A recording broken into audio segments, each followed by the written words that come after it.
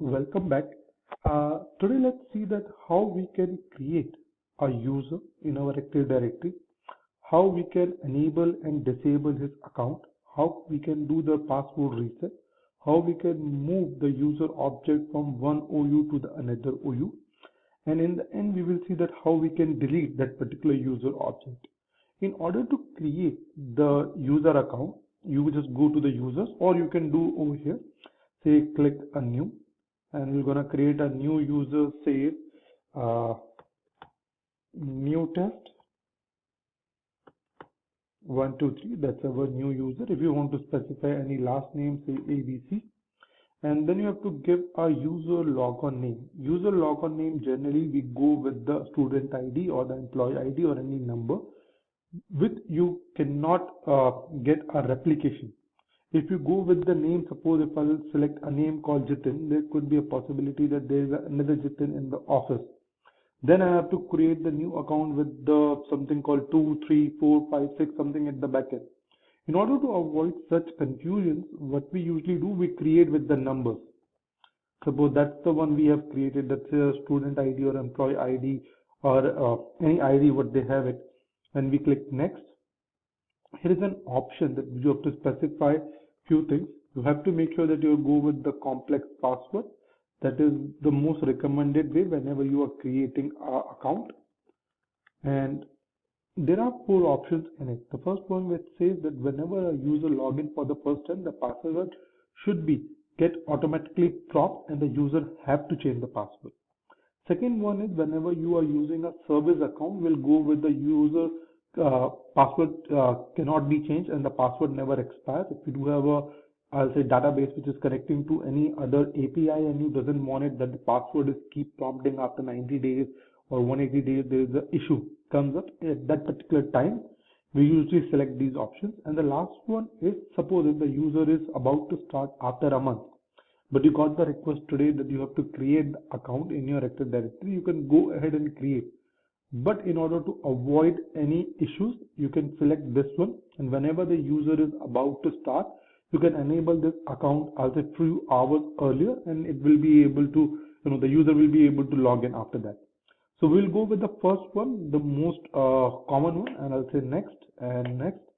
By doing that, you will be creating a new user account in your Active Directory. Now, if I'll say that if I do have a new OU, if I'll say this particular, let's create a new OU as well. So there's a OU called New York. So, and I'll say this particular user belongs to the New York office. So what I have to do, I'm just gonna click here and I'll say move and I'll say New York. It will gonna automatically move that particular user account to the New York organization unit. Now, if you want to do a password reset, you just need to go to the user, do a right click, and you can do the password reset here as well. Now the challenge is, suppose if you go with a name and you doesn't know where this particular student or that particular employee lies in your Active Directory, there's an option to do for the search. You just click on it and just types, I'll say new, and it will gonna automatically come. Let's go with the entire directory and it will gonna automatically come here. You can always go ahead and do it from here as well, the password reset, or you can just do a double click on top of it and then you will get few options from here. When you select the account, in this one there is an option here that suppose if the password gets locked, you can go ahead and do a unlock account, click apply OK, and it will gonna unlock the user account. That is one of the pretty much common issue that one of the, I'll say, technical team faces. Now suppose if you want to do the password reset, you can go ahead and select the reset password. Now type the new password, and at the same time you do have an option that if the user account is logged out, you can select the unlock the user account and give them the new password. Suppose if I'll say the new password is ABC at 123, ABC at 123, and I want that the user must change this password because I'm the one who is specifying this password. So the moment the user type this password, it will gonna automatically prompt him to change the password one more time.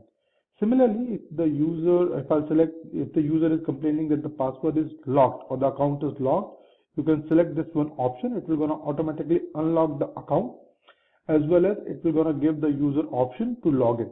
Now, because I didn't select with my group policy requirement, that's why it's giving me an error. Let's select a new password, which is quite complex. I hope both the passwords are same. So if you put something complex, uh, it will gonna come up a pop-up saying the password has been changed, and you can communicate the new password to the user. Now the thing is, if the user is supposed to start after a week, and I got the requisition today that I have to create the account, and I have created the account, but his manager said that do not enable the account unless until there is no further notification, or maybe the contract hasn't been signed by the employee on the other end. In that particular scenario, we'll go ahead and create a disable account. So when you see that you do a disable account, there is a arrow key comes up on the user account.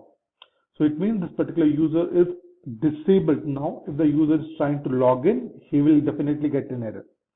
Now the another option is, suppose if the user is about to start tonight or maybe in after a couple of hours, you can go back and click on enable account.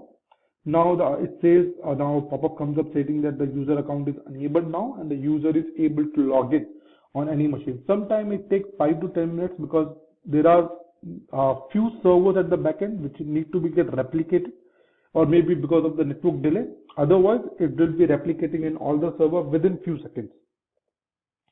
The other option that what we usually get is that if you want to copy this account and create a similar account like that. Suppose I do have an employee in my marketing team who do have few privileges, maybe like, he's added to a few groups. Now I want to create a new account which do have the similar capabilities as well as the similar groups added to him as well. So I'm just gonna do a copy and I'm just gonna create the account name. So suppose now my new account name is new test 345. Last name is something like this. Logon name is something like this. And I'll say next. And password is 1234. Okay, before doing that, let me do one more thing. Let's add this particular user to the group. So you will be able to see that whenever I'm creating the new account by copying this particular object, it will also replicating the same group into his profile as well. So in order to do that, I'll just do a right click on the user, do a add to a group. Now if I'll say, I think I do have a group called test. I do called test3. Let me add both. You can add multiple groups at the same time. You just need to select control in order to add more. Just say OK and OK. And both the groups are here. Let's quickly go to its member of option. And you will be able to see this, that this user is now part of group 3 as well as test security. Now let's create a new account by copying this particular account. Let's say copied account. So easily for you, 1, 2, 3.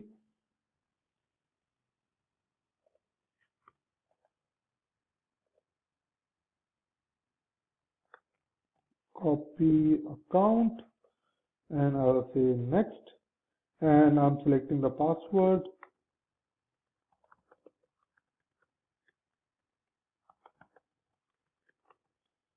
Next one more time and finish.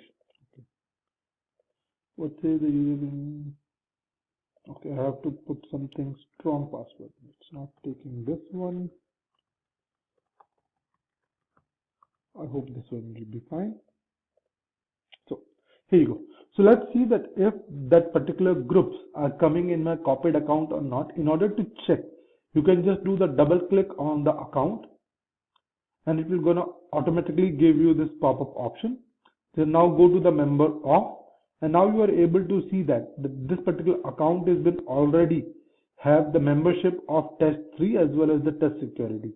So that is one of the efficient way of creating accounts by copying the another one in your infrastructure. So suppose if you are creating a new account in the marketing team, if you are creating a new account in the finance team, so you can always ask the manager that whose copy I can copy from or whose profile I can copy from, and you can just quickly copy that particular account and create here.